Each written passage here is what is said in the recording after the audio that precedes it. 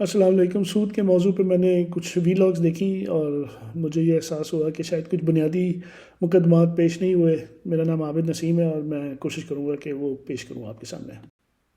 انسان معیشت کا حصہ بنتا ہے کیونکہ دو اور دو 11 ہوتے ہیں، مل کے ہم اپنی ضروریات سے زیادہ پیداوار کر سکتے ہیں۔ ہر معیشت نے پھر یہ سوچنا ہوتا ہے کہ وہ کیا بنائے اور اس کی تقسیم کیسے کرے۔ تقسیم اس کو اشتراک پہ ہو سکتی ہے، اس کو اجرت پہ تقسیم کر سکتے ہیں۔ سود کی بحث سے پہلے ہمیں ایک نظر پیسے پہ ڈالنی ہے، کیونکہ قرض پیسے کو دیا جاتا ہے۔ ڈیوڈ ریکارڈو نے کہا تھا کہ پیسہ وہی ہے جو پیسہ کرتا ہے، یعنی منی از وٹ منی ڈز۔ پیسہ جو ہے وہ اس کے 3 پہلو جو عام طور پہ مانے جاتے ہیں وہ ہے کہ یہ قیمت کی اکائی ہے، یعنی ہر چیز کی قیمت پیسے میں لکھی جاتی ہے، روپیہ ہو، ڈالر ہو، دینار ہو، درہم ہو۔ اگر کسی کو وہ رقم کسی نے دینی ہے یا قدر ٹرانسفر کرنی ہے تو وہ پیسے میں ٹرانسفر ہوتی ہے، چاہے وہ کیش ہو چاہے الیکٹرانک ہو۔ لیکن ہماری بحث کے لیے جو سب سے اہم نقطہ ہے وہ یہ ہے کہ یہ آپ کو پیداوار خریدنے کا حق دیتا ہے۔ یعنی ہم نے بحث کی تھی کہ جب معیشت نے کوئی چیز بنائی تو جب وہ کسی شخص کو اس کی ضرورت سے زیادہ دینا ہو، جو بھی وجہ ہے، وہ اس پہ علیحدہ بحث ہو سکتی ہے کہ وہ صحیح ہے یا غلط ہے، لیکن جب کسی شخص کو دینا ہو جو اس کی فوری ضروریات سے بہت زیادہ ہو یا زیادہ ہو تو اس کو پھر پیسہ ہی دیا جا سکتا ہے۔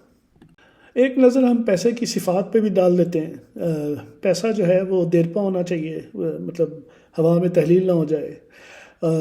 سب سے اہم نقطہ پیسے کے معاملے میں یہ ہے کہ وہ سب کو پسند ہو، سب اس کو تسلیم کریں بطور پیسہ، چاہے وہ پتے ہوں، چاہے کاغذ ہو، کوئی بھی کچرا ہو، کوئی بھی قیمتی چیز ہو، جب تک لوگ اس کو تسلیم کریں کہ ہاں یہ پیسہ ہے تو وہ پیسہ ہے۔ اور پھر کچھ اس کے پریکٹیکل چیزیں یہ ہے کہ اس کا انتقال آسان ہو، اس میں ترمیم کرنا آسان ہو، اس کو ایک شکل سے دوسری شکل میں ٹرانسفر کرنا وغیرہ وغیرہ آسان ہو۔ اور ایک جو بہت ہی اہم صفت ہو سکتی ہے وہ یہ کہ وہ مستحکم ہو، اپنی قیمت اور اس کے رد و بدل میں بھی مستحکم ہو اور اپنی ذات میں، اپنے جنس میں بھی مستحکم ہو۔ پیسے کے معاملے میں ایک موضوع جو اکثر میں نے دیکھا ہے وہ اس کی ارتقاء ہے کہ کیسے پہلے کھجور ہوتا تھا، ہاتھی کے دانت ہوتے تھے بطور پیسہ۔ جیسے میں نے گزارش کی کہ جس چیز کو بھی لوگ تسلیم کر لیں کہ وہ پیسہ ہے، وہ پیسہ ہوتا ہے۔ بعض مذہبی عقائد ہیں سونا چاندی کی فضیلت پہ۔ میں اس پہ آپ کو عرض کرتا ہوں کہ ہمارے بزرگوں میں گریشم تھے ایک، انہوں نے کہا کہ جو ہے گڈ منی، بیڈ منی ڈرائیوز آؤٹ گڈ منی، یعنی اگر آپ کا پیسہ کسی وجہ سے برا ہے تو وہ لوگ زیادہ استعمال کریں گے دوسروں کو دینے میں، یعنی اچھے پیسے کو وہ گردش سے باہر نکال دے گا۔ ہمیں یہ بات یاد رکھنی چاہیے کہ سونا چاندی کے جو ایٹمز ہیں، سونا گولڈ اور چاندی سلور، اس کے جو ایٹمز ہیں وہ دنیا میں وہ فکسڈ ہیں، اس میں کوئی کمی بیشی نہیں ہو سکتی۔ یہ تو ہے کہ وہ کسی کان میں یا سمندر میں چھپے ہوئے ہیں یا دریا میں چھپے ہوئے ہیں یا پہاڑ میں چھپے ہوئے ہیں، لیکن ان کے ایٹمز میں اضافہ یا کمی نہیں ہو سکتی۔ اس کے برعکس، اور اگر کوئی کر بیٹھتا ہے یہ بہت بڑی سائنٹیفک اچیومنٹ ہوئے گی۔ اور اس کی نسبت جب ہم دیکھتے ہیں کہ دنیا کی آبادی پہلی دفعہ 1804 میں 1 ارب ہوئی، اور پھر 1927 میں 2 ارب، اور 1960 میں 3 ارب، پھر آج 8 ارب ہے، تو پیسے کی جو کوانٹٹی ہے ایک معیشت میں وہ ہونی چاہیے اس حساب سے کہ جتنے لوگ ہیں۔ تو اس وجہ سے میں نہیں سمجھتا کہ کسی خاص جنس میں کوئی فائدہ ہے یا کوئی سلوشن ہے یا کوئی بہتری ہے۔ پیسہ وہی ہے جو پیسہ ہے۔ کاغذ سب سے زیادہ غالباً تاریخ میں رہا ہے پیسہ، چاہے وہ سنہرے یعنی جولر نے ایشو کیا ہو یا گولڈ سمتھ نے ایشو کیا ہو یا حکومت وقت نے کیا ہو یا سینٹرل بینک نے کیا ہو۔ لیکن آج آہستہ آہستہ زیادہ تر ملکوں میں ڈیجیٹل یا پلاسٹک یعنی کریڈٹ کارڈ وغیرہ یہ بطور پیسہ زیادہ استعمال ہو رہا ہے۔ اب ہم مین موضوع پہ آتے ہیں، قرض کی حقیقت۔ پچھلی بحث کو اگر ہم سمیٹیں تو بنیادی طور پہ جو آپ کی جیب میں پیسے پڑے ہیں یا بینک میں، وہ اصل میں آپ کا ایک حق خریداری ہے، اور آپ قرض اس صورت میں دے رہے ہیں کہ اب اس وقت آپ کو کسی وقت کے لیے وہ استعمال نہیں کرنا، تو جب آپ نے نہیں استعمال کرنا تو آپ کسی دوسرے کو یعنی مقروض کو یہ حق دے رہے ہیں کہ آپ کی جگہ وہ استعمال کر لے، اور جو آپ نے مدت اس کے لیے بنائی ہے، رکھی ہے، وہ واپس کر دے قرض، اور پھر آپ اپنی مرضی سے دوبارہ وہ حق آپ کو مل جائے گا۔ تو آپ کچھ دے نہیں رہے، آپ صرف اپنا حق خریداری جو آپ کو نہیں چاہیے ہوتا تو آپ خرچ کر لیتے۔ جو لوگ یہ سمجھتے ہیں کہ وہ کوئی قیمتی چیز دے رہے ہیں، وہ ذرا استعمال کر کے دیکھیں نا، جو اگر نوٹ پڑے ہیں تو وہ نوٹ استعمال کریں، اگر 5,000 کا نوٹ ہے وہ استعمال کر کے مجھے دکھائیں، کوئی اور اس کا مقصد کر کے دکھائیں مجھے۔ کوئی مقصد نہیں ہے، آپ کے بینک چیک ہے یا نوٹ پڑا ہوا ہے، اس کا کوئی مقصد نہیں ہے آپ کے پاس، سوائے اس کے کہ جب آپ کو ضرورت ہو تو آپ اس کو کوئی معیشت کی کوئی پیداوار خرید سکیں، اور آپ ادھار دیتے ہی تب ہیں جب آپ کو وہ ضرورت محسوس نہیں ہو رہی وقتی طور پہ، جو بھی جس مدت کے لیے آپ ادھار دے رہے ہیں۔ فائدہ آپ کو کیا ہے کہ آپ ایک عارضی طور پہ کسی دوسرے کو وہ حق خریداری دے رہے ہیں تاکہ وہ معیشت کا پہیہ چلتا رہے، معیشت کا پہیہ رکے نہ، وہ اس میں مزید پیداوار میں اضافہ کرے، اس کے آپ بھی وہ ہوں گے، اس کو فائدہ آپ کو بھی ہوگا آگے اگلے چکر میں، اگلے سائیکل میں۔ تو اب تک ہم نے یہ بحث کی کہ آپ جب کسی کو قرض دیتے ہیں تو آپ کچھ دے نہیں رہے، کوئی قیمتی چیز نہیں دے رہے، کوئی آپ کا نقصان نہیں ہو رہا، آپ ایک حق خریداری دے رہے ہیں۔ اب ہم ایک اصل میں مزید ایک پہلو پہ غور کرتے ہیں جو جدید بینکاری میں سود کی تباہ کاری ہے۔ یہ میں اس چارٹ کی مدد سے آپ کو بتاتا ہوں۔ فرض کریں کہ کوئی 100 روپے جمع کراتا ہے بینک میں، تو اب ہماری جو بینکاری ہے اس میں ہمارا جو سینٹرل بینک ہوتا ہے وہ کہتا ہے کہ آپ کچھ پیسے اس کے رکھ کے باقی پیسے آپ کسی کو ادھار دے سکتے ہیں، قرض دے سکتے ہیں۔ بینک عمومی طور پہ 5% یا 10%، کہیں 1% بھی ہے۔ تو فرض کریں کہ وہ جو 100 روپے بینک کے پاس آئے، اس نے 5 روپے رکھ کے 95 روپے کسی اور کو دے دیے، یعنی اس نے لون ایشو کر دیے، قرض ایشو کر دیے 95 روپے کے۔ اب جس کو بھی وہ لون دیا اس نے کسی کی پیمنٹ کرنی ہے، وہ پیمنٹ کر کے گھما کے کسی بینک میں ہی آنی ہے، فرض کریں ایک ہی بینک ہے، واپس آ کے 95 روپے۔ اب وہ جب وہ جمع ہوتے ہیں تو وہ ڈپازٹس کنسیڈر ہوں گے، شمار ہوں گے، تو وہ بینک کو پھر اجازت ہے کہ وہ پھر 5% یعنی 95 کا 4.8% روپے رکھ کے وہ 90.3 روپے واپس دے دے کسی کو، اور پھر وہی ہوگا کہ جس کو ملیں گے وہ واپس ڈپازٹ کرے گا۔ لیکن اس دور میں بینک نے 95 روپے پہلے اور 90.3 اب 185.30 روپے 0.30 اس نے قرض دے دیا۔ اسی طرح وہ 90.3 واپس آئے، بینک نے 4.5 روپے رکھے، 85.7 روپے لون دیا، کل قرضوں کی تعداد ہو گئی، رقم ہو گئی، جمع ہو گیا 271 روپے، اور پھر وہ 85.7 روپے جو ہے وہ واپس آ گئے بینک میں۔ بینک نے پھر اس میں 4.3 روپے رکھے، 81.5 روپے واپس دے دیے کسی کو۔ اب مجموعی قرضوں کی تعداد 352 روپے 4.4 ہے، اور یہ آپ کرتے جائیں تو آپ کو پتہ چلے گا کہ تقریباً 90 سائیکلز میں تقریباً پیسے ختم ہو جائیں گے، اور 1900 روپے تقریباً یہ ادھار لوگوں کو دے دیا جائے گا۔ اب آپ اس میں نوٹ کریں کہ یہ 1900 روپے آئے کہاں سے؟ یہ 1900 روپے وہ 100 روپے سے پیدا کیے بینکوں نے خود، اس کو ملٹی پلائر ایفیکٹ کہتے ہیں،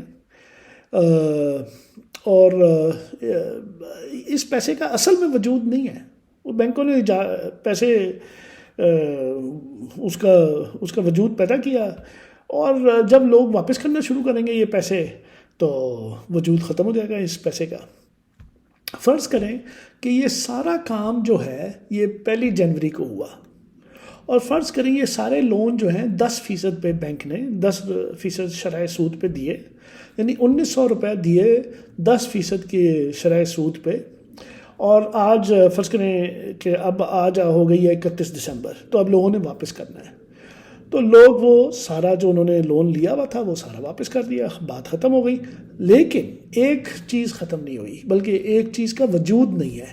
وہ یہ ہے کہ 1900 روپے میں 10% کے حساب سے جو 190 روپے سود بنتا ہے، وہ سود کی رقم آپ کی معیشت میں اس کی وجود ہی نہیں ہے. یہ صرف ایک طریقہ ہے اس کو دینے کا کہ وہ کسی کے اجرت سے آئے گا، کسی کے منافع سے آئے گا، کسی کے کرائے سے آئے گا. یعنی آپ کی جو حقیقی معیشت ہے وہاں سے یہ پیسے ٹرانسفر ہوں گے، دولت کا ٹرانسفر ہوگا آپ کے یہ فائنینشیل اکانومی میں، فائنینشیل سرمایہ دار والی معیشت میں. اور اس کے بہت نقصانات ہیں. اس کا ایک نقصان یہ ہے کہ لوگوں کے پاس پیسے تو ہوں گے نہیں، تو پھر وہ مزید ادھار لے کے وہ یہ ادھار واپس کریں گے. تاریخ سے پتہ چلتا ہے کہ ہر 8.5 سال بعد یہ ادھار بہت بڑھ جاتا ہے اور پوری معیشت خساروں میں چلی جاتی ہے. اور پھر تاریخ سے ہی پتہ چلتا ہے کہ ہر 25 50 75 سالوں میں بہت زیادہ ایک بحران پیدا ہوتا ہے، اور بہت سارے اثاثے جو ہیں وہ فائنینشیل لوگ جو ہیں، سرمایہ دار جو ہیں، وہ بڑے سستے داموں لوگوں کی زمینیں، لوگوں کا فرنیچر، لوگوں کی گاڑیاں اٹھا کے لے جاتے ہیں. تو یہ بنیادی طور پہ بڑا مسئلہ ہے، اور خاص طور پہ یہ مزید بڑھ گیا ہے. تو ہوتا یہ ہے کہ حقیقی معیشت جو ہے ادھر سے دولت جانی شروع ہو جاتی ہے، مالیاتی معیشت سرمایہ داروں کے پاس. سود کی وجہ سے افراط زر ہوتا ہے.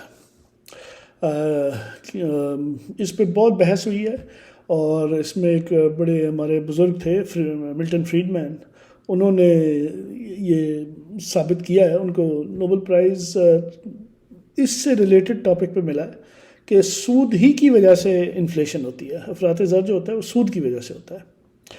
اور جو میں نے ابھی ذکر کیا تھا پچھلے چارٹ میں کہ وہ جیسے 1900 روپے میں 190 روپے سود دینا ہے، تو وہ یا تو کسی کی تنخواہ سے جائے گا، یا کسی کے رینٹ سے جائے گا، رینٹ یعنی کرایہ، یا پھر کسی کے منافع سے جائے گا. اگر آپ فی الحال گورنمنٹ کو نکال دیں بیچ میں سے، کیونکہ گورنمنٹ تو بیسیکلی ایک جیب سے دوسری جیب کو ٹرانسفر کرنے کا نام ہے.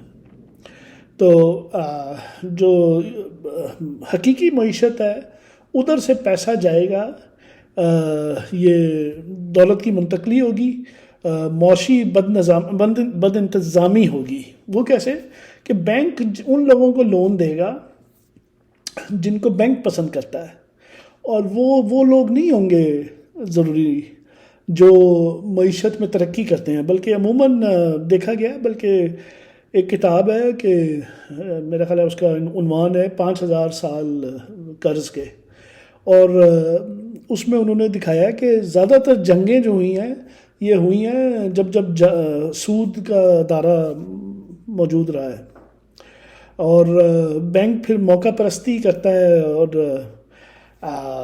اثاثے جو ہے وہ خریدتا ہے جب کرائسس ہو.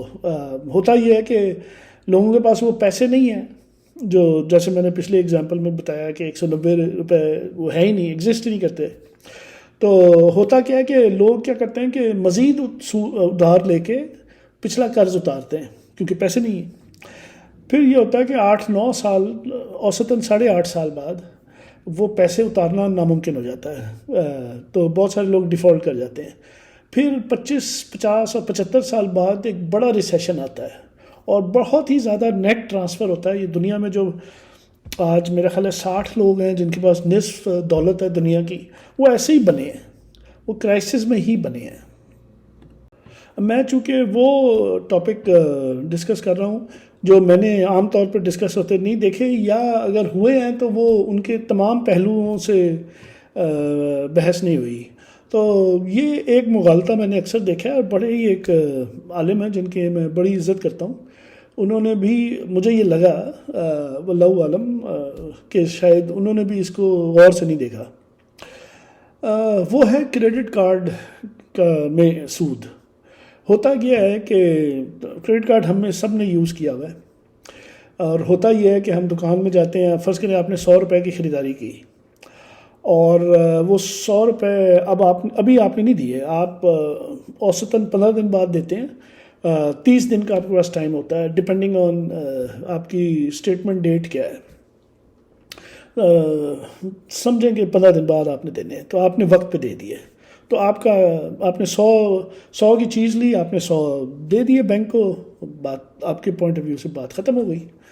مسئلہ وہ مرچنٹ کے پوائنٹ آف ویو سے بھی بات نہیں ختم ہوئی. مرچنٹ کو بینک 3 دن بعد پیسے دے گا، یعنی بینک 27 دن کا ادھار دے رہا ہے مرچنٹ کو. یعنی اگر آپ براہ راست مرچنٹ سے ادھار کرتے تو آپ شاید 27 دن بعد دے دیتے. تو بینک جو ہے زیادہ تر جو کریڈٹ کارڈز ہیں ان میں 1.8% چارج کرتا ہے، اور بھی دوسرے بھی کارڈز ہیں جو جیسے پتہ نہیں مجھے نام لینا چاہیے کہ نہیں. ایک اور کریڈٹ کارڈ ہے جو اکثر لوگ یوز نہیں کرتے، مرچنٹ پسند نہیں کرتے، کیونکہ اس کا فیس بہت ہے. وہ فیس کہتے ہیں لیکن وہ ایکچولی سود ہوتا ہے، اور اس میں یہ ہوتا ہے کہ بینک اس کو 3 دن بعد پیسے دے دیتا ہے، لیکن ظاہر ہے وہ 1.8% کاٹ کے دے گا. اب اس کو ملے 98.2 روپے، تو اس کو اگر آپ سمجھیں کہ اس کو 27 دن کا ادھار ملا 1.8% کاسٹ پہ، تو اگر آپ اس کو سالانہ بنائیں تو یہ کم سے کم 24% بنتا ہے سود. اور اگر 15 دن بعد آپ نے بینک کو پیمنٹ کر دی اوسطاً، تو بینک کو 38.59%، 38.559 یا سم تھنگ پرسنٹ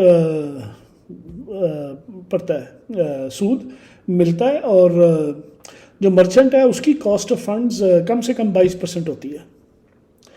تو 22% جو ہے یہ اضافہ ہو رہا ہے، کیونکہ یہ ٹوٹل گراس سیل پہ ہو رہا ہے.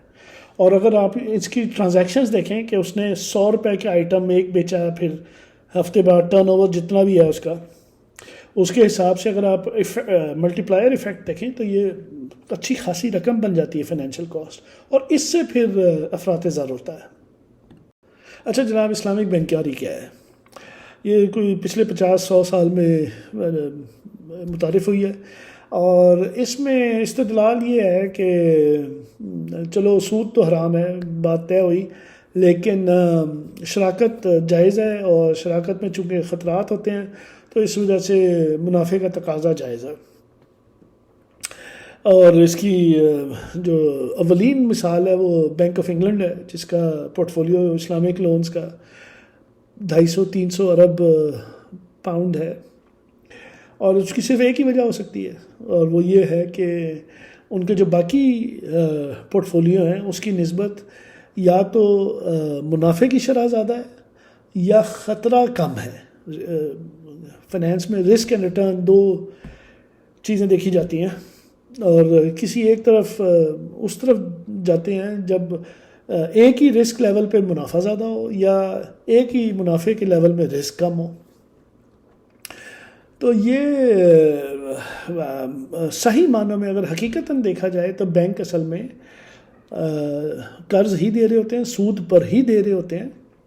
اور یہ صرف عربی کے الفاظ استعمال، مضاربہ، مضاربہ، یا 2 لیٹر ہیڈ استعمال کر کے، ایک میں آپ نے لین رکھا ہوا ہے، ایک میں آپ نے اونرشپ رکھی ہے، پارٹنرشپ رکھی ہے، ان ہیلے وغیرہ سے چیز جائز نہیں ہوتی. یہ مثال وہی ہے جیسے اہل یہود کو منع کیا کہ سبات کے دن نہیں کرنا تم نے کام، اور پتہ نہیں ان کو منع کیا گیا تھا یا انہوں نے خود اپنے اوپر یہ نافذ کیا تھا. بہرحال ہوا یہ کہ ان کے بطور امتحان وہ مچھلیاں تعداد میں کچھ زیادہ آتی تھیں ہفتے کے دن، اور انہوں نے پھر ہیلا کیا کہ انہوں نے نیٹ فرائیڈے کو ڈال دیا جمعے کے دن، اور پھر اس کو مچھلیاں اکٹھی کی ہفتے اتوار کے دن. تو میری نظر میں تو یہ وہی معاملہ ہے.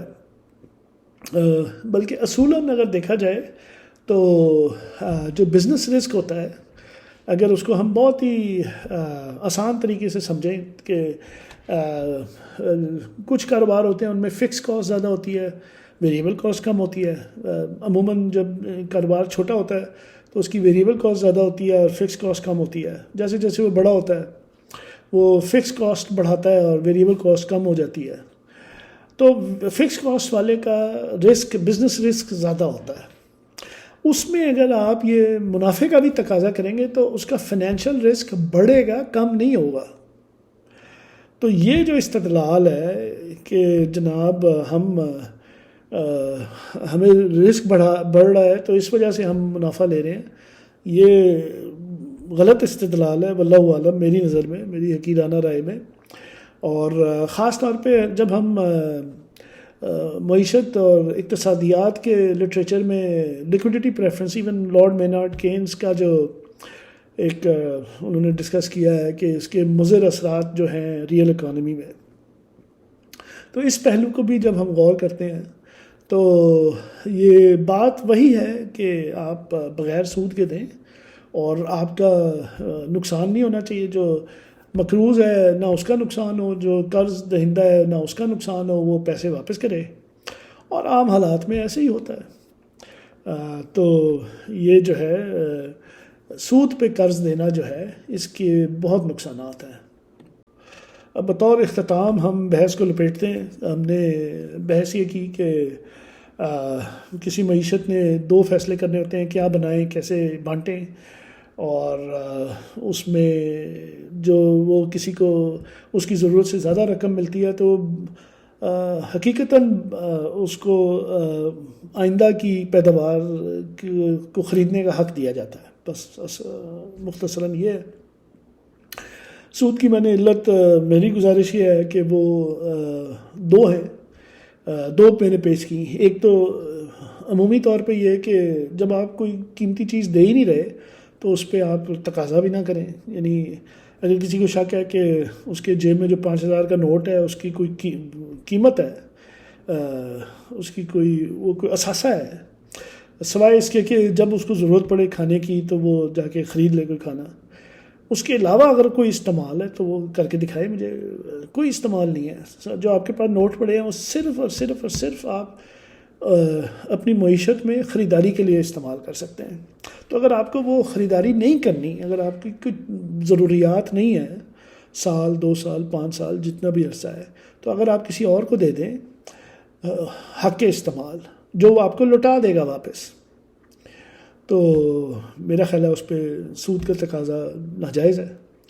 اور خصوصاً آج کل کی بینکاری جس میں بینک ایجاد کرتے ہیں، خلق کرتے ہیں پیسے، ڈپازٹس، میں نے آپ کو چارٹ دکھایا تھا، تو اس میں تو بہت ہی نقصان ہوتا ہے. کیونکہ جو سود کی رقم ہے وہ تو ایک معیشت میں اس کا وجود ہی نہیں ہوتا. تو ایک چیز جس کا وجود ہی نہیں ہے اس کو پیدا کرنے میں وہ واقعی مجھے سمجھ میں آتی ہے. جو ہمارے روایات میں علماء نے بحث کی ہے کہ سود کی علت، ان کے مطابق ماضی میں یہ علت انہوں نے بتائی ہے کہ سود کی رقم چونکہ مقروض استعمال کر لیتا ہے اور اس کو پھر واپس کرنے کے لیے دوبارہ پیدا کرنے کی دوہری مشقت ہوتی ہے، تو اس وجہ سے وہ سود کی علت ہے، یعنی سود منع ہے.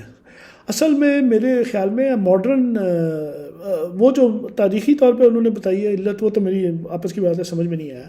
لیکن جو ماڈرن جدید بینکنگ میں چونکہ سود، وہ رقم جو ادھار دی جاتی ہے اس کا وجود بینک خود پیدا کرتا ہے اور بینک خود خالق ہوتا ہے، اور اس پہ جو سود بنتا ہے وہ وجود ہی نہیں رکھتا.